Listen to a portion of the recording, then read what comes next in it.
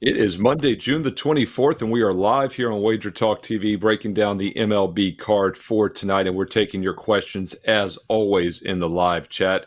I am Steve Merrill, filling in for Dan Alexander. He has a food hangover from this weekend, but he will be back tomorrow on Tuesday to host as always. And once again, we are live on YouTube TV, WagerTalk TV on YouTube, YouTube Shorts.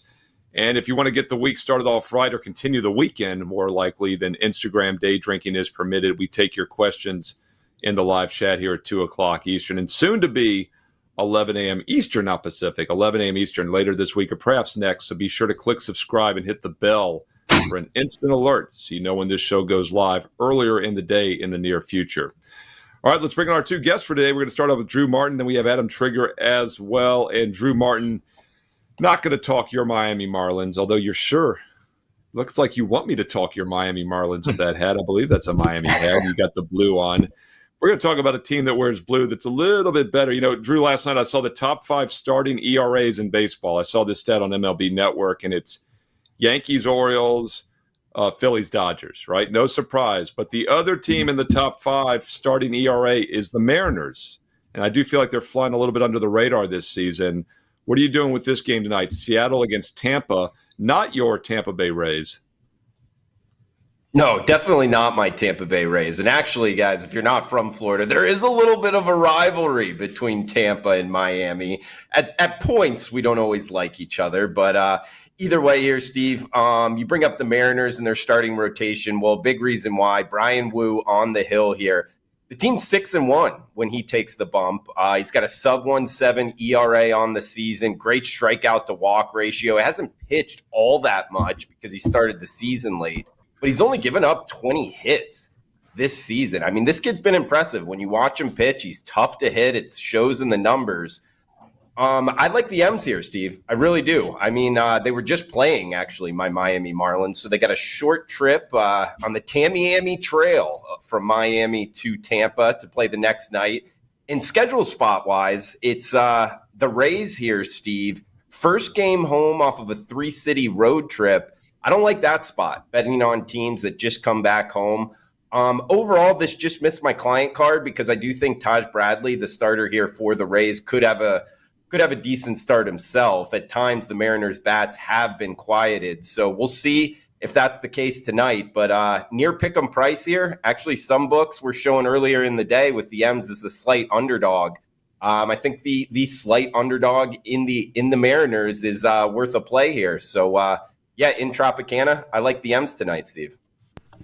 That's Drew Martin taking the Seattle Mariners, one of the more underrated teams this year in baseball, against the Rays, one of the more overrated teams. And Drew, everything was great there, but as Mark Zeno will tell you, you mispronounced the starting pitcher. It's pronounced woo! So I had to do that. My inner Mark Zeno was channeling me there, right there, and that's a contractual obligation when he's on this show. And I believe he'll be on tomorrow on Tuesday. In fact, I will check the schedule right now and let you know for sure, because I will be on tomorrow, and it's Brian Leonard tomorrow. Brian Leonard. Mark will be on Wednesday with Brian Power. So once again, Steve Merrill, Brian Leonard Tuesday, Mark Zeno, Brian Power on Wednesday here on First Pitch. Click subscribe and click the bell for instant alerts. Adam Trigger joining us today as well here. And Adam, for your big game breakdown, we're going to go here into the American League, National League, Interleague. And how appropriate is this? Drew Martin's Miami Marlins against the Kansas City Royals for your big game breakdown. What are your thoughts on this one, Adam? Yeah, I'll take care of the other, Florida team here. And even Drew probably agrees with me on this. I don't think he thinks his Marlins are that great this year. But I want to start and talk about the Royals because we did First Pitch last Thursday. I kind of hinted at, wanting to buy the Royals at some point. I gave them out as a bet on Thursday's show, which was one of their rare wins on the road trip, Steve. They just went, they lost 7 of 9 on their most recent road trip, averaging just 2.3 runs per game. Believe they bring a 22-inning scoreless streak into tonight, and they've now lost 11 of 14. But, they did win that game on Thursday. I said I would prefer to wait until the Royals are back home to jump in, where they're 25-14 this season. So they've been a much better team at Kauffman Stadium, and I think you're going to see some success for the Royals in this series. Now, that's unfortunately the books, the market, all of that's going to be heavily priced in because the Marlins are widely considered one of the worst teams in the league, which they are. But I do see reasons to start buying the Royals. A lot of their issues, have been pretty much everyone going cold at once. Bobby Witt had a terrible series in Texas over the weekend. Salvador Perez is hitting like $157 this month. Pasquantino's not getting, not doing much at the plate. Those are all things that, I think, especially with Witt, obviously we know he's going to be fine. His ceiling is like AL MVP, so he's going to be fine. Salvador Perez, we've seen rake for years, so he's going to be fine. And I think the Royals collectively, as an offense, will get back to what they were the first couple months of the season, which were right up there in the upper echelon of the American League. Now, the starting pitching has struggled as well. That's a big reason for all the losses. It's when you don't hit and you don't get pitching, probably going to have a stretch where you lose 11 of 14 like the Royals. But Cole Reagans he's not part of those struggles. You look at the Royals pitching numbers in June. Starting pitchers 5.52 ERA, but Reagans has been great. He's got four quality starts, all 4 starts in June for Reagans. Quality starts, which means 6 innings, 3 runs or less. He's really only had 2 bad starts all season. He's made 16 starts to this point, so it's another thing. He's made all of his starts. And if you throw out his 2 blowups, in the other 14, he's got a 1.93 ERA. His 109 strikeouts are 4th in Major League Baseball. I've been saying on this show since the beginning of the season, he's an absolute stud. I want to continue to look to back him. And, this is a spot. Now, I don't like doing this, but this might be a spot where I just lay the 1.5 with the Royals, even though they're at home. When I picked this out for the show, it was like -115. It looks like the market is moving in that way. It looks like -1.5 is -125. But it feels to me like the Royals, when they figure it out, are going to blast the team. Like, they're going to put up 8-9 runs. And if they do it in this game, I don't see Reagans giving up much. Miami has one of the worst offenses in Major League Baseball. They've scored fewer runs in June than any other team. And then you've got Roddery Munoz for the Marlins. I mean, on his best day, he's got Major League stuff and looks like he belongs in the league, but he's so inconsistent. It's the reason why he should probably be at AAA. But the Marlins obviously, don't have a wealth of options, so he's still up here, and they're just kind of hoping that he shows up with his good stuff. In 6 starts at the big league level so far this year, Steve, he's given up 4 multi-home run games and 4 multi-walk games. And as you guys both know, walking hitters and giving up home runs, typically not a recipe for success at the major league level. So I feel like the Royals are going to get right during this series. If it's here, it's probably by a pretty big margin. So we'll say Royals -1.5, lay like -120 or whatever it is. I could see them winning this big. Yeah, no. In fact, G Hurt is saying he might even take a look at him +2.5 because he said, "Is anyone worse than 2.5 than Kansas City right now?" So you're laying a little extra juice, G Hurt, though, on the 2.5 run line. I would not want any part of that. Like if you're saying +2.5 with the Marlins, I mean, when the Royals figure it out, they're going to smash someone. So it's like, do you really want to lay juice to get 2.5 runs? And like, if tonight's the night, and if Munoz doesn't have his good stuff, the Marlins will lose this like 9-2. So this wouldn't be the spot where I would. But that's just me personally. Adam, bigger picture, though, I agree with you. I think in general, I do use run lines, so do you a lot, 1.5s, but I never play the 2.5s because, look, one is a competitive game, right? The floodgates can open once you get beyond that with these teams, especially when you're playing every day, every night, 162 games.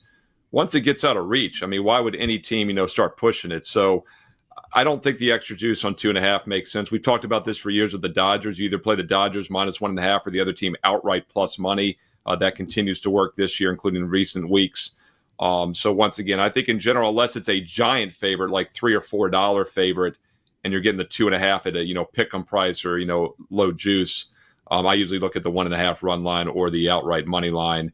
Kansas City, though, just 1-6 their last 7, but as Adam said, they're getting a good opponent here to maybe get healthy tonight against the Marlins. Drew's Marlins, 4-1 their last 5. All right, any games you all want to talk about in the live chat, please keep them coming. Just to let you know, we will have best bets here at the end of the show. from both Drew and Adam. We're going to look at the Nationals, Padres, also the Cubs, Giants game, so we'll save those until the end. But Drew, I'll throw it back to you. Let's start at the top of the American League card here with Cleveland and Baltimore. Orioles have regressed a little bit here in recent weeks, but I still think the Orioles and Yankees are the teams to beat. But if you look at one of the three most profitable teams in baseball this year, Cleveland Guardians have been up there as well. They've been a great moneymaker, and now they're a slight dog at Baltimore. Drew Martin, what are you doing with this game tonight? It's actually a pretty critical game in the American League, Cleveland at Baltimore. I actually like Cleveland. And you said, Baltimore not playing their best baseball, actually getting swept here by the Stros over the weekend. So don't look now, guys, but Cleveland actually owns the best winning percentage in the American League. Winning 5 straight here, Steve, 49 wins on the season. Interesting note with the MLB schedule, guys, the Yankees have played 5 more games than the Guardians to date. I just found that something to note here. But Bybee on the hill, I like to call him BB. He's throwing BBs out there, Steve. 5-2. Last time out, 6 innings, 0 earned runs. He had 12 strikeouts. He's got a 23-2 strikeout to walk ratio his last 2 starts. Now, I don't love going up against Baltimore, particularly off of losing, 3 straight games. I don't know if Baltimore's ever lost 4 straight. I mean, ever. It's been years probably since that's happened. So they do have Pavich on the hill, and he had 5 walks last time out. We just heard Trig talk about, walks can come back to kill you. So a pitcher that's been walking a bunch of guys going up against a Guardians lineup that great bat to ball skills. They're deep. They've been good against lefties as well. I actually think Cleveland's the side here, Steve. I mean, we could get them plus price, plus 105 earlier in the day. I kind of like that side. I really do. Don't love going against the Orioles, and the Orioles don't give up a bullpen edge to many teams, but I do think they give up the bullpen edge here. If you go over the last 5 weeks, this is the best bullpen in baseball, talking about the Cleveland side of things. So I think it's a little wrong team favored, and I think Cleveland as a dog. We don't get them much as a dog. It's worth a shot here in Baltimore tonight, Steve. Yeah, Drew, you're talking about that bullpen. I was actually talking to a Guardians fan yesterday on Sunday afternoon. I was saying their bullpen's been fantastic, and they're a legitimate contender because of that bullpen this year, and did not realize they had the best win percentage in the American League, because you're right, the Yankees have 3 more wins, but as you said, they've played 5 more games. But Adam, how about this? The best run differential in the American League is actually still the Orioles, plus 111, Yankees plus 109, Guardians plus 104. So even with the recent swept, the losses, Baltimore does return home now after a tough 6-game road trip against the Yankees and Astros. But then again, it's back home without rest, so maybe this isn't the ideal setup tonight to get back on track. What are your thoughts on this game? Yeah, I really wanted to make a case for the Orioles here because, of course, they come off the sweep. But that's kind of the conclusion I came to, Steve. It's really not the ideal setup for either. Drew Bybee's nasty. Like he's someone that I kind of have had after I got away with playing against him with the Reds. I was like, you know what, I'm done trying to play against this guy. Like his stuff is really like he's taken a big step in my opinion.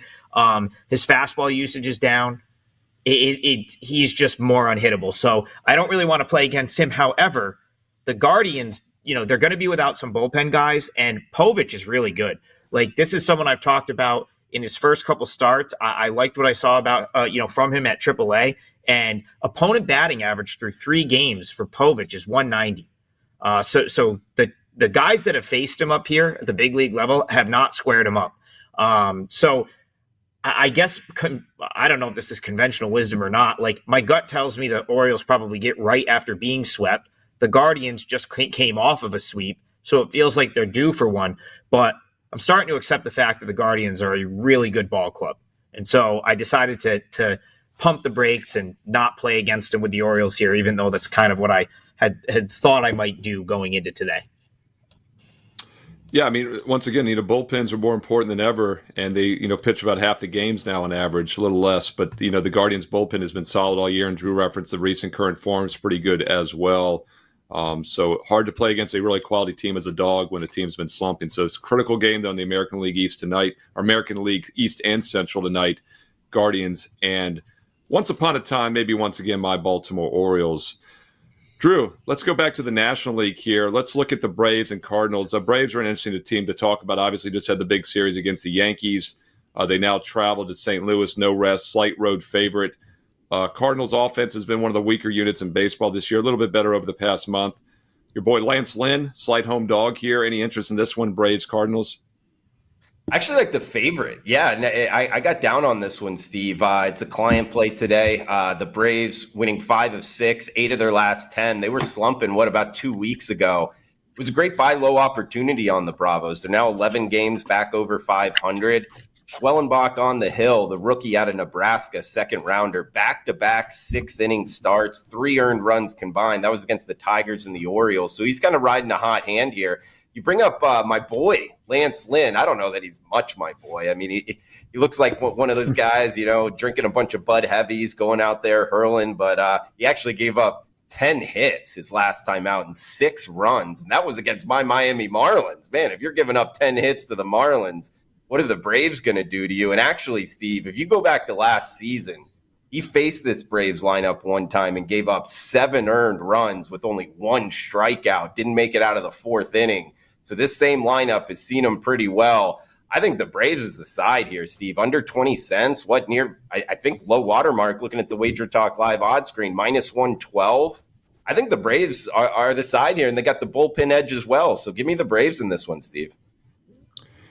Yeah, guys, I was waiting for Atlanta to turn the corner, and I said, Adam, with Acuna going out a few weeks ago, maybe that would be the catalyst. We've seen the Dodgers offense, of course, they're in thin air and altitude, but the minute Mookie went out, they started smashing the ball at Coors Field last week. It does seem like maybe that was a wake-up call, and this time 3 years ago in 2021, Braves are still below 500 right now, and they lose Acuna for the rest of the season, and they win the World Series. They're actually, as Drew said, they're much ahead of schedule now compared to what they were 3 years ago. Adam, your quick thoughts on this one, if you have anything. Braves and Cardinals, maybe just more big picture on Atlanta as well. They definitely look like a play-on team right now. Yeah, I agree very much with everything Drew said there. I lean Braves here. Schwellenbach is not someone I was overly familiar with because he skipped AAA. Steve, that's my thing. I watch a lot of AAA baseball, but he flew up there through the Braves organization. He was in A ball to start the year, made 2 starts at AA, right to the big leagues. And you want to talk big picture for a second. The Braves have a ton of pitching throughout their organization. Remember, Bryce Elder was an all-star last year. He can't get into the big leagues. Like, he's stuck on their AAA roster. Like, that's how much pitching is in this organization with, guys like Strider out for the year. And it's like, they have options. Darius Vine still at AAA. Alan Winan still at AAA. Taylor Widener, who was a guy that was starting games in Korea and had some success, he's working out of the bullpen at AAA because there's no room in the AAA starting rotation for him. So what does that tell you about this guy? That the Braves said, you know what? We're going right from AA, right to the bigs with you. Back-to-back quality starts for him. As my computer starts to die here and I plug it in before I get kicked off the show. Back-to-back quality starts for Schwellenbach. AA right to the bigs. It tells you that, they think highly of him in an organization that has a lot of pitching. So I'm not betting against that. It would be Braves or pass. Yeah, it's a great point. I mean, you see a guy that doesn't even pitch in AAA, and he said, okay MLB numbers. ERA is not great. Opponent batting average, other stuff's not bad. But, yeah, the fact that they're deep and they still have him there is saying something. And it also makes me wonder, Adam, maybe if come trade deadline guys, if they don't try to pick up a little bit more offense and maybe offload one of those future pitchers, because this is an Atlanta team. Steve, don't forget about a month ago went over once in 21 games. That's a really good point. I don't know if that's actionable info or not, but they don't have much in the way of offense at Gwinnett right now. So chances are, if they're going to improve at all offensively, or if they need to fill a hole offensively, it's trade one of the pitchers because they are loaded with pitching. Yeah, well, from a betting perspective, it was at one point, right? I wish we had jumped on that a little bit more. They went over once in 21 games during that span back in May. I mean, it was 19-1-1 to the under, and it kept working because, like you said, Atlanta's been a great offensive team in years past, and they've fallen quite a bit this season, and now they've lost one of their sluggers in Acuna for the rest of the season. Adam, I want to throw it back to you. Speaking of no offense, not my Oakland A's, perhaps, we get a Vegas guy. Brian Leonard's on tomorrow. It could be his Las Vegas A's here once via Sacramento in a couple years. But Oakland, actually was competitive the first couple months. We knew they were going to regress. Got shut out yesterday.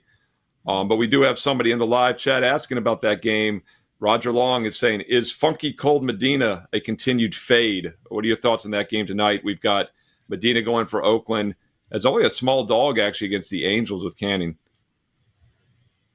Yeah, I mean, this was probably the one I passed on the quickest, but to answer the specific question from the chat, without a doubt, I would still fade Medina. His advanced metrics are far worse than the surface numbers. He comes out last start and fires 5 2/3 of 1-run ball against the Royals. I think that has more to do with the Royals being it is cold as Antarctica right now than it does Medina being very good. I thought he would. I think we did I did a Twitter Spaces where we talked about that game, and I talked about liking the Royals in that game. I thought that they would light Medina up, and it was just really bad at bats from the Royals. That if you watched a lot of Royals last week, was part of a bigger problem than just Medina, right? Like the Royals were just ice cold. It never got better. They were frozen all road trip. So I got to look at that and say, I would not want to come back with him here. Do I love the Angels? No. Like this is not a team that I'm really trying to buy on. I will say that Miguel Sano had a great week for AAA Salt Lake last week, was crushing the ball down there on rehab. Would love to I see no reason why they wouldn't just slot him back in that lineup at this point. He looked fine for a full week pretty much for Salt Lake, so I expect him back sooner than later. Might be a boost the way he was hitting the ball at AAA. So I suppose a slight lean to the Angels, but not a team. Canning's not a guy I'm super confident in. Angels not a team I'm overly confident in. But definitely more reason to like the Angels and the A's here for me. Yeah, it's an ugly game indeed. When Medina and Oakland's only $1.20 dog on the road, that's a pretty bad opponent. Drew, I won't make you chime in on that dog unless you have something, but I do want to ask you about a little bit of a better game also in the interleague card at 8 o'clock Eastern, Texas-Milwaukee. The defending World Series champs, the Rangers, are they going to get right? We checked the standings now. They're 3 games below 500, minus 2 runs on the season. Milwaukee kind of running away with a very mediocre NL Central, but they're only 5 games up now. They have regressed a bit here in recent weeks, going just 5-5. Any thoughts? If you have a thought on Oakland Angels, throw it in. Otherwise, let's look Texas and Milwaukee. Your thoughts on that? Yeah, Steve, I do have some thoughts on the A's and Halos here, and they're mainly – I guess I was more like Trig, like a quick pass, but I did want to give a shout out to Roger Long. I mean, Funky Cold Medina, that's probably the comment of the show so far. I like where he's going with that. Milwaukee Brewers there for anybody under 40 that doesn't remember, right? No, great comment there, Roger. With the Brewers and Rangers, it's one of those things I feel like, the defending World Series champion here, are they going to find it? I don't like that profile of bet, though. Like, man, at some point they're going to turn it around. It's kind of like the catching the falling knife term. I like this Brewers team. I do. I know that they had that losing streak, but they won their last game against the Padres on the road. It's a situation where they're coming back home off of the West Coast road trip. That's what kept me off of it. Plus the fact, you're having to lay 80 cents here with Peralta on the hill. So this is another one that I passed on, but if you needed something, I would be on the Brew Crew, Steve. Yeah, and Adam, I want to ask you about the Dodgers White Sox here in a moment, but if you have any thoughts on Rangers Brewers, let me know, especially just Rangers big picture, maybe, what we do with the defending World Series champs who are below 500. But after that, definitely want to get your thoughts. Titan CT's liking the Dodgers minus 1.5 plus money run line. And boy, if you told me we're going to get the Dodgers minus 125 at the White Sox, your Chicago White Sox, but then again, Crochet is on the mound. So any thoughts on Rangers, Brewers, feel free to chime in, but definitely want to get Dodgers, White Sox as well. No real opinion, Rangers, Brewers. I noted last week at one point that Peralta's had some inconsistency with his fastball velo. So because of that, certainly not but then again, he was very good. last time out against the Angels. So maybe, he's worked around that. The start before he got blown up. I guess because of that, I wasn't dying to lay minus 175 with the Brewers. Any type of uncertainty sort of scares me off minus 175, but I'm not going to jump in with the Rangers just yet. I've kind of put them to the back burner. They were a team that I talked about, figuring it out at some point, but I don't know that the sweep of the Royals was them being good as much as it was Kansas City being cold. So again, I'll probably wait and see there. As far as the White Sox and the Dodgers are concerned, this is the scenario that's come up the last couple times that Garrett Crochet has taken the mound, and it's you have arguably one of the best pitchers in baseball. That's not arguable. Like, he is one of the best pitchers in baseball. You could say arguably the best, or one of the top few on the mound on one of the worst teams. It makes it almost an impossible handicap, because do you want to bet against Crochet, who is far superior to Paxton right now, in my opinion? But at the same time, you're not taking the White Sox plus 113 against the Dodgers. That seems pretty crazy as well. I'll go back to what I always say with these bad teams. I really don't want to back the bad teams to have to win.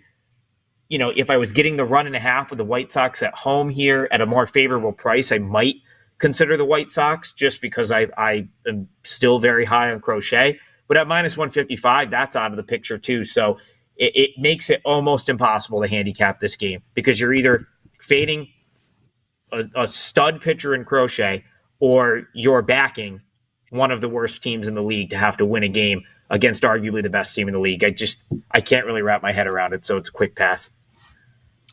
Yeah, I mean, Drew, the first thing you do too is when you have a pitching mismatch like this, but a team mismatch the other way, you start looking first five maybe, and you get Crochet here at plus 110 for the first full game, but you can get Crochet first 5 innings at minus 120, minus 125. So that is another option. Obviously, you're paying a premium, but it's still a very reasonable price.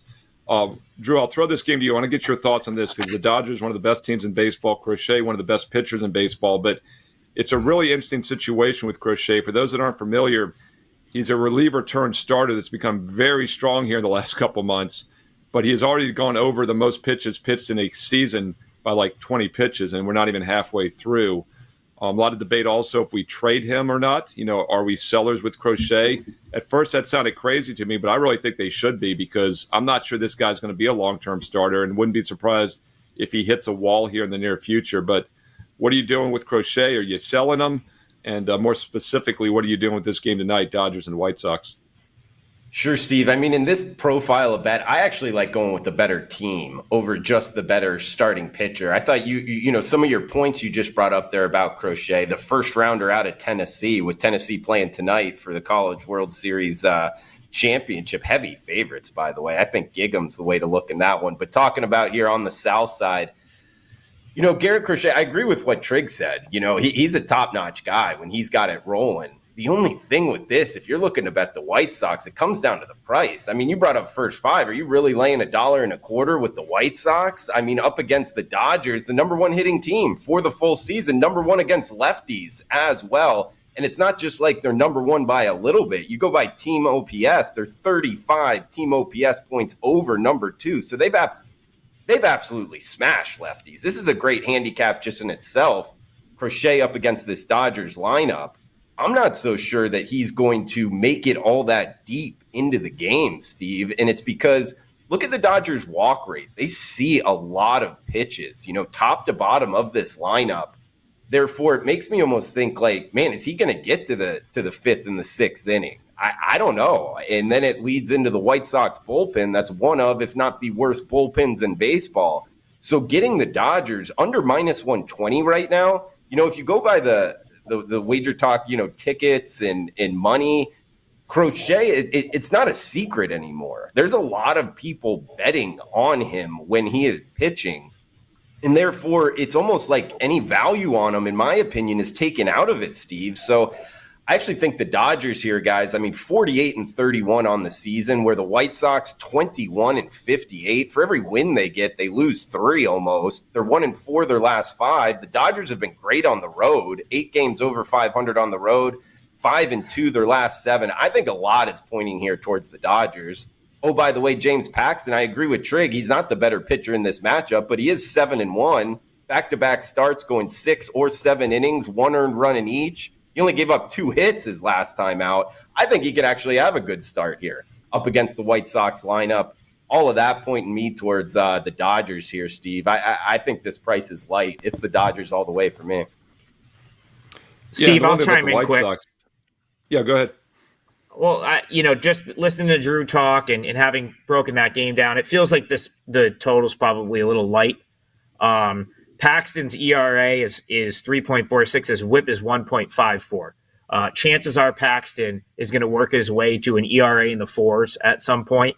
The White Sox get Eloy Jimenez back, who should be a decent matchup against Paxton, so that maybe helps in over there. And then, if you get a little bit of offense out of Crochet or you get him out by like the 5th or the 6th, the Dodgers are certainly going to have run scoring chances. So I guess my lean here would probably be to the over 8. I feel like it's a little light. Yeah, I was going to say something else might be worth considering is actually the White Sox team total. If you're looking at the under in this game, on the under 8 instead of the over 8, the White Sox team's total is 3.5, and they've been a terrible offensive team all season. So I do think Paxton should be able to hold them in check. But Crochet has not been getting run support. In fact, the last time out, he was on a 6-2. They've gone 6-2 his previous 8 starts. They lost a 4-1 game against Houston last week. They scored, this is recent outings, 1 run, 3 run, 7. But then they only scored 3 and 1. So they've scored 3 runs or less in 4 of his last 5 starts. And that's a trend maybe we see continue against the mighty Dodgers tonight. So something else to keep an eye on. Maybe the White Sox team total under 3.5, which actually takes Crochet completely out of the handicap, which is kind of ironic. All right, closing. Last call. By the way, lots of great comments here. Rangers first 5 is something that Brandon Lowry is looking at in the YouTube live chat. Jay Pacino has the Dodgers the best OPS against lefties, something you were talking about there, Drew. And also he said he is selling Crochet ASAP. Daryl Turner likes Tennessee tonight. As Drew said, they're a big favorite, though. White Sox first 5 from J-Cop 66. And Daryl Turner talking a little hockey. Likes Panthers and Oilers under tonight. And Ralph Michaels had pointed out, I think it's been like several decades since a Game 7 has gone over 5 goals in the NHL Stanley Cup. So something to keep in mind. Maybe we'll finally see some defense tonight. And then Roger Long, sticking with the Funky Cold Medina reference, says all the poodles run to my house for the Funky Cold Medina. Roger, we definitely have your over-under age at 50 or higher now, since you know the lyrics to a Tone Loc song from the late 80s, which I also know. And I'm right at it. Might be a push. I am 50. Guys, let's get to some best bets here. I will go back to you, Drew Martin, to start us off right with a best bet for tonight. And you're going to look at maybe my Washington Nationals against, I don't know who's San Diego Padres. They're kind of like the Nationals light. They gave away half their roster a few years ago to San Diego. But anyway, the Nationals still in the playoff race. That's why they might be my Washington Nationals once again. San Diego also in the playoff race as well. But you're going to look at the total in this one, Drew Martin. Nationals, Padres. And by the way, 5% MLB best bet up tonight for Drew Martin after a 2-0 sweep yesterday. Not a bad time to have a big play tonight, Drew. Absolutely, Steve. Yeah, max limit going tonight. Nationals, San Diego Padres in Petco, we get Pat Corbin and Matt Waldron, the knuckleballer, going for the Friars. 7 innings, 1 earned the last time he pitched. And this guy's been great. He's at the knuckleball dancing, Steve. 2 earned runs or less in 7 straight starts. We get the Washington Nationals coming from Colorado to near sea level here. I like fading teams leaving Colorado. Pat Corbin, yes, a 5.6 ERA on the season, but back-to-back 5+ inning starts, just 1 earned run in each, 3 hits last time out. Add on the fact the Padres lineup struggles against lefties. We had an 8.5 when I sent the play over, and that's all the hooks on the 8 have been taken out, but we do still have the 8 available out there, guys. I think the Nationals offense struggles against the knuckleballer. And I think Patrick Corbin rides this little hot streak he's been having up against a Friars offense that struggles against lefties. They're the number 2 hitting lineup against righties. They're near bottom 10 against lefties. So we're gonna use that lefty-righty dynamic against them here. I like the under in the Nationals and Padres and a little late night degenerate special on the West Coast. Nothing degenerate about it when it cashes Drew Martin, and he is looking at the total in that game. I've actually got a free play on the side in that game, a run line free play between the Nationals and the Padres. So be sure to check out the daily free plays, not only on my page, but everybody's page at wagertalk.com. But once again, I do have a bonus free play in this game on the side with analysis. Steve Merrill, wagertalk.com. And while you're there, you can check out a strong totals play for myself. I've got an easy over slugfest tonight for my clients. We've been seeing it well on over a 70% baseball run for the past several weeks. And just a little bit of a look ahead to tomorrow. I'll be on the baseball show tomorrow. I'll talk more about this, but very well might have my first 5% MLB play of the season going tomorrow night on Tuesday. There's a matchup I really like. Drew Martin's got a strong 5%er tonight, and I very well might have one tomorrow on Tuesday. So check out our page on a daily basis at wagertalk.com. And Adam Trigger, let's throw it over to you. You're going to look at a late night game as well at 9:45 Eastern in the National League. Cubs and Giants. Chicago, a slight road favorite at San Francisco. Steele and Miller on the mound. Battle of two southpaws, I believe. What are you doing with this one tonight? Steve, I'm not sure yet. I want to be on the Cubs. I, want to see exactly what the Giants are going to do with their starting pitching. I played the Cubs. It was a rare loss for me in MLB. I also have a 5% play going tonight. I did lose with the Cubs yesterday, but I'm still 13-3 on my last 16 Major League Baseball plays. So I think I'm 6-1 on my last 7 Korean baseball plays. So really hot across the board right now. Fortunately, WNBA winner on the Sky yesterday to offset that, and I got out with a split. But it's going really well, and I have a 5% play in Major League Baseball that goes tonight at WagerTalk. Another one I'm considering, I'm using it as a best bet for the show, but also stay tuned because I may add this, is the Cubs. This already is moving a little bit. Cubs were more like minus 105 earlier, now up to minus 115, minus 120. I think because Spencer Howard probably ends up being the bulk guy or the starter for the Giants, which I'll get to in a minute. But man, there's a lot of reasons to want to bet against this Giants team. So in addition to me being high on the Cubs, which, I don't think I've been correct about that to this point, but there's a lot of reasons I think we can all agree, and I'll go through them, of why what there's not to like about the Giants right now. They've lost 5 straight games. In that stretch, they've been outscored 31-19. The Cubs completely dominated them last week, by the way. People are going to look quick and say, oh, the Cubs took 2 of 3. But the Giants pulled off a crazy comeback in the first game of that series. The Cubs should have swept them, in my opinion. And the game that Spencer Howard did get involved in, which I believe was the third one, the Cubs were in control. And I think they gave up 4 runs in the 8th inning to make that game look closer than it should have been. The Giants are in dire straits when it comes to starting pitching right now. Jordan Hicks and Logan Weber, the only 2 healthy starters on the roster. You've got Kyle Harrison out with an ankle injury. Blake Snell pitched in rehab yesterday, was terrible. He'll probably be down in AAA a little bit longer. He's coming back from his 3rd different injury of the season. It's a groin injury this time. Robbie Ray pitched yesterday. You might see him soon. But it goes down the line. Mason Black was up for a little while. He's been getting pumped in AAA. They're not going to go back to him, anytime soon. Dalton Jeffries was up earlier. He's on the Pirates now, so he's not even with the organization anymore. Keaton Wynn's still hurt, and then you've had guys like Alex Cobb and Tristan Beck hurt all year. Have no clue when Cobb is supposed to be back. He's coming off hip surgery, but Beck you might see soon. The point is, right now, it's rough for the Giants in pitching. Their bullpen is the most used bullpen in the league at this point. And it looks like we're going to continue the Spencer Howard experiment. Sounds like a band that Tokyo Brandon would listen to, but it's not. It's Spencer Howard starting or coming in bulk innings for the Giants, which can't work. Steve, somehow this worked for 3 games earlier the year. It can't possibly work. Spencer Howard, just not a big league caliber starter, and we're finally starting to see that a little bit. Now, his last 4 outings, 10 runs in just 12.2 innings. The Cubs got to him. They used him in relief against the Cubs last week, and I think the Cubs tagged him for 3 or 4 runs in an inning. So it's just, that's what they're probably going to get most of tonight. And you're talking about throwing that up against Justin Steele, who somehow doesn't have a win yet this year. This is a guy with a 3.16 ERA, a 1.07 whip. He's made 10 starts and he doesn't have a win. Tell me how that's possible. That's how random wins and losses are, I guess, for pitchers in big league baseball. 3 starts against the Giants since the beginning of 2022. He's got a 0.98 ERA. I cashed playing the Cubs last week with Steele against the Giants in a game that he was excellent in. He just didn't get a win. And then I'll leave it with a stat that I would expect Drew Martin to find, because he's always digging up these great little stats. The Giants can't get anyone out on the base paths, and they also don't steal bases themselves. They have a minus 61 stolen base differential this year.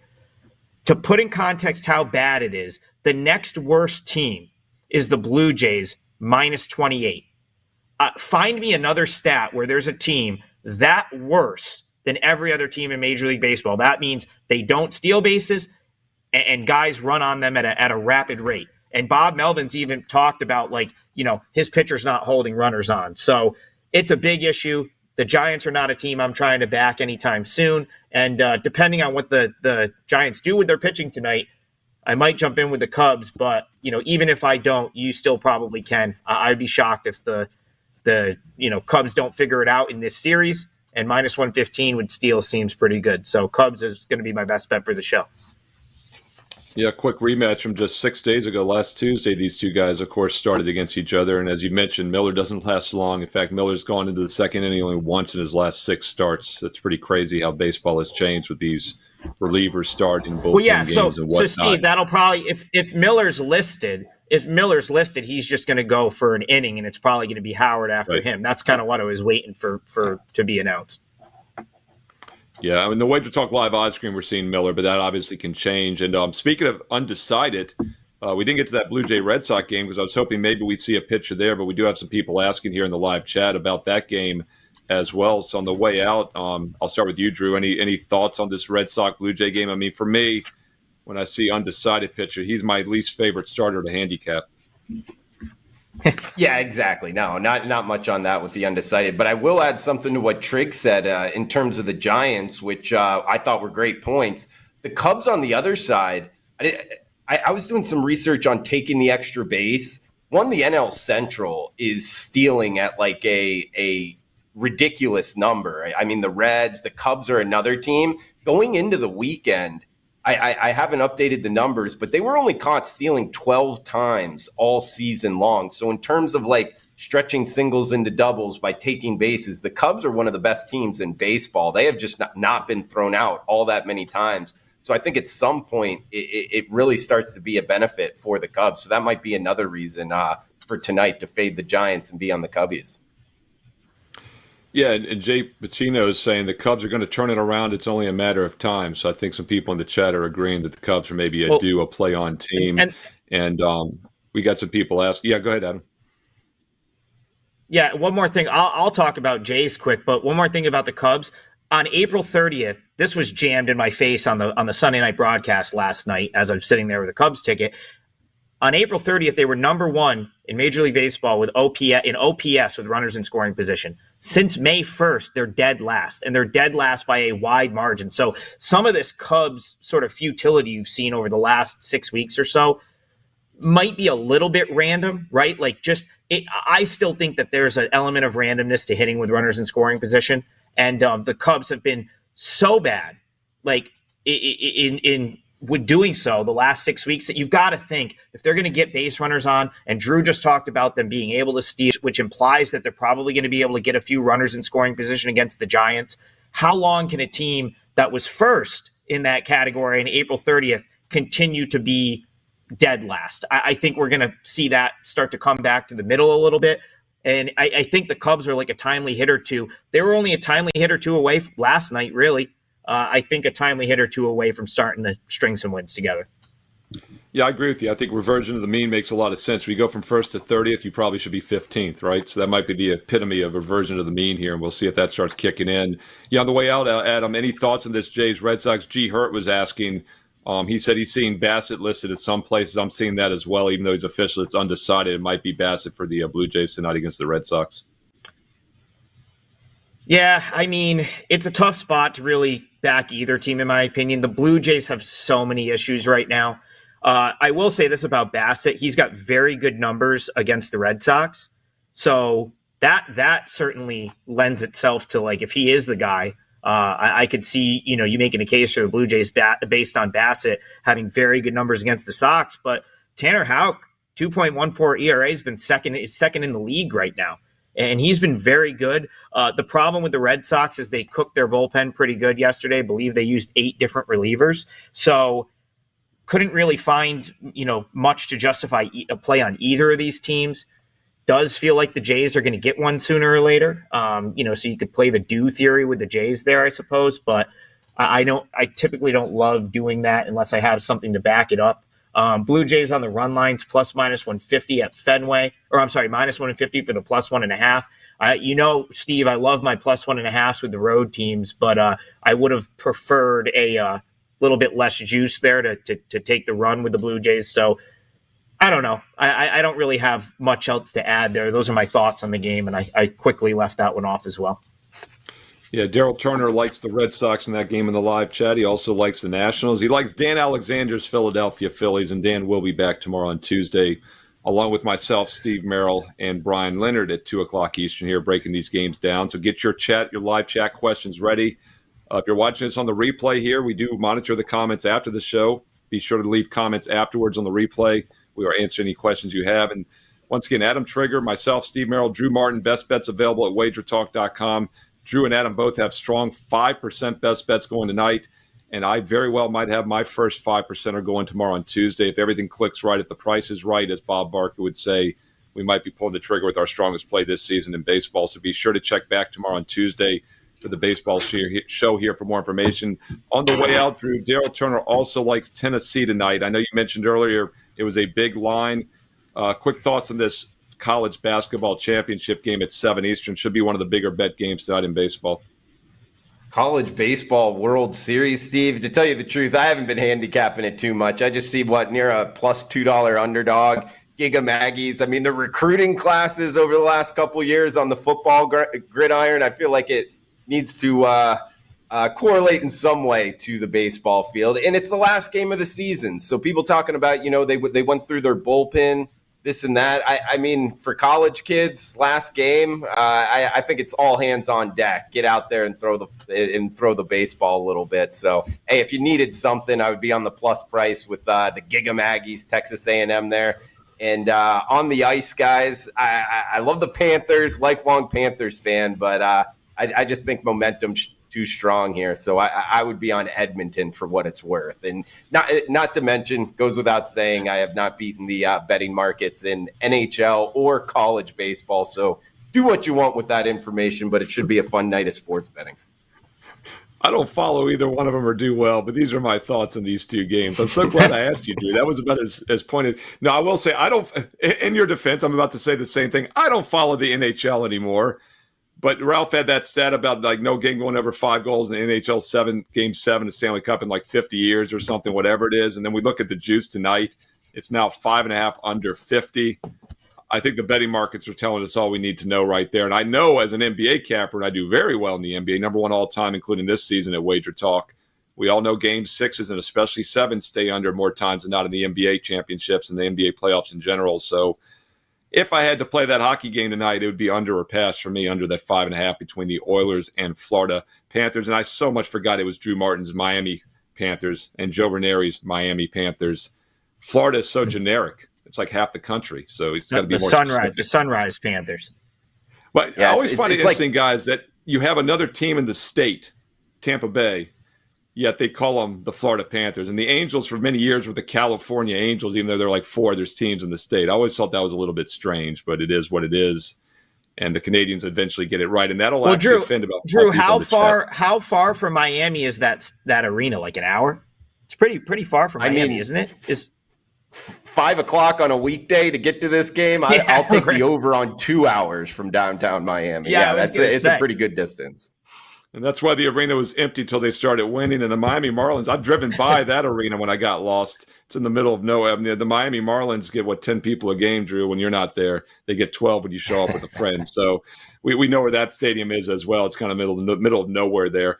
Anyway, that'll do the show today. We'll be back tomorrow. Dan, the man Alexander, will have everything on point, along with me, myself, Steve Merrill, and Brian Leonard. I'll also be on Wager Talk today, tomorrow, on Tuesday, and I'll have more information if we are going with the first 5% baseball best bet this season.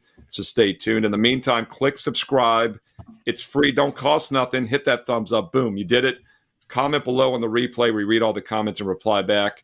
Click subscribe and hit the bell as well, especially since we're moving to an earlier start time, 11 a.m. Eastern here in the near future. You'll never miss a live show or a free play video here. Thanks for watching. Best of luck. Enjoy the games.